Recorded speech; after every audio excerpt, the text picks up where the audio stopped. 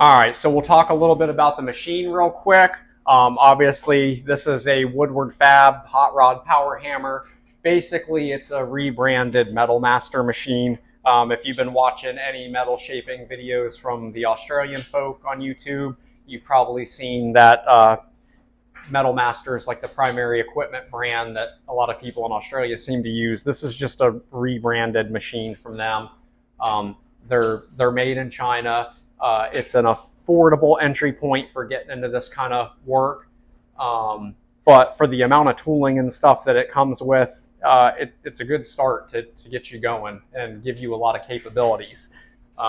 So what I did for this project is I had to make basically a punch for the upper tool holder, and this is what's going to actually, be on the reciprocating part of the machine and hammer the sheet metal down in our cutouts. So this is just 5/8 square stock, and it's been turned down to a 1/2 inch diameter and an 1/8 inch radius put on it. And then the end of it left flat. Just that way it'll form a nice beaded profile around there without leaving any aggressive tooling marks. So we're going to see how that works out.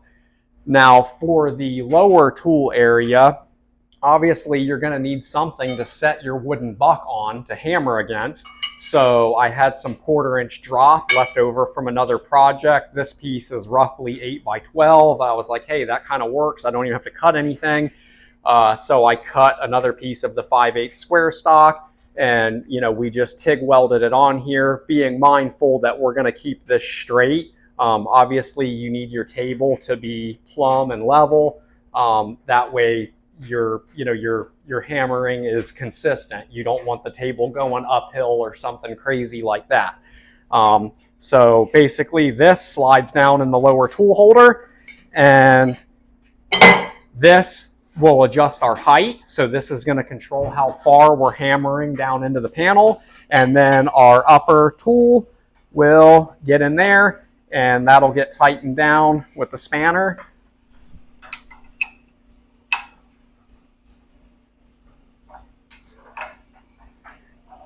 So I'll get the panel in position and we'll give it a shot.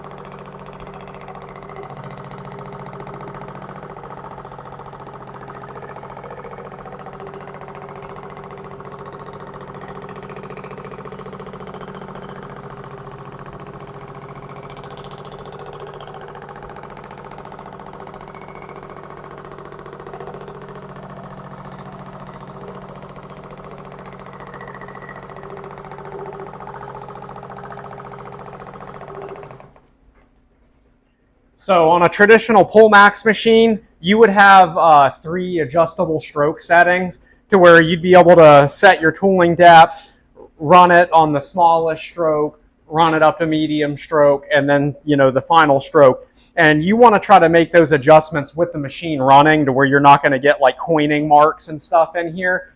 Now that is one of the downfalls of a budget machine. It's a fixed stroke, and basically I have to adjust my tooling depth as I go and kind of creep up on it. So it's a little bit cumbersome, but it's what I have that's within my budget. So that's what we have to do to get a good finished result. So I'm going to keep going on this, and then I'll check back with you guys in a few minutes.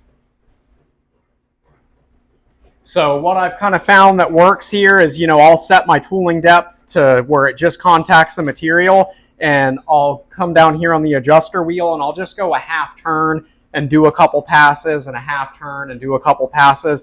And that seems to be achieving what I need without, leaving tooling marks and stuff. So I'm going to keep going with that.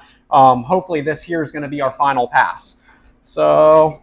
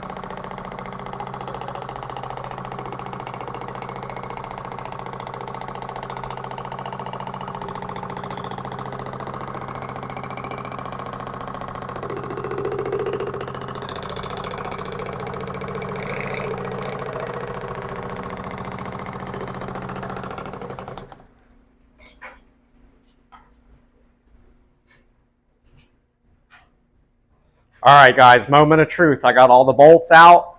I haven't removed this yet, so we're going to find out together. I will say that I can see a few small tooling marks in here, just because, like I explained in the video, my machine, I have to start it up with it on there instead of like with a pullmax being able to drop the stroke when the machine's already running.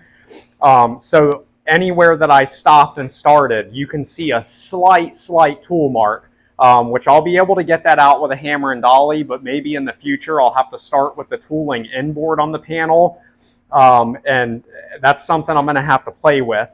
But there you go. I mean, those are some pretty nice dam stepped panels, and really on the machine, I mean, maybe 10 minutes worth of work. And the advantage over using the bead roller is this panel is still perfectly straight. There's no oil canning, there's no warping, and when you run that through the machine up against your buck, your lines just stay so perfect and crisp. Overall, I am so happy with how this came out for my very first time using the power hammer to do something like this. But I mean, if you look, gosh, I mean, that just came out so nice. If I zoom in down here, you can see there's a few tooling marks. Again, typically, once you put a little bit of primer and sand this, that's going to be hidden. But again, I'm striving to do the absolute best quality and treat everything as though I'm doing it for a paying customer that expects perfection. That's what I demand of myself, and that's what I want for doing this as a craft. But overall, very happy with how this came out, and I'll get it installed on the inner fender and show you guys how it looks. And that'll probably be another video. I'm going to wrap it up for today. The wife wants me to take her out. I've got to do some family duties here, but I'm going to leave on this note. This is a positive, super win for the day. I appreciate everybody that has stuck it out through my incoherent rambling for this long and saw this. And hopefully I'll get a little bit better at doing these videos, and we can spread some education and get everybody else inspired to get out in their garage and build something. Peace out.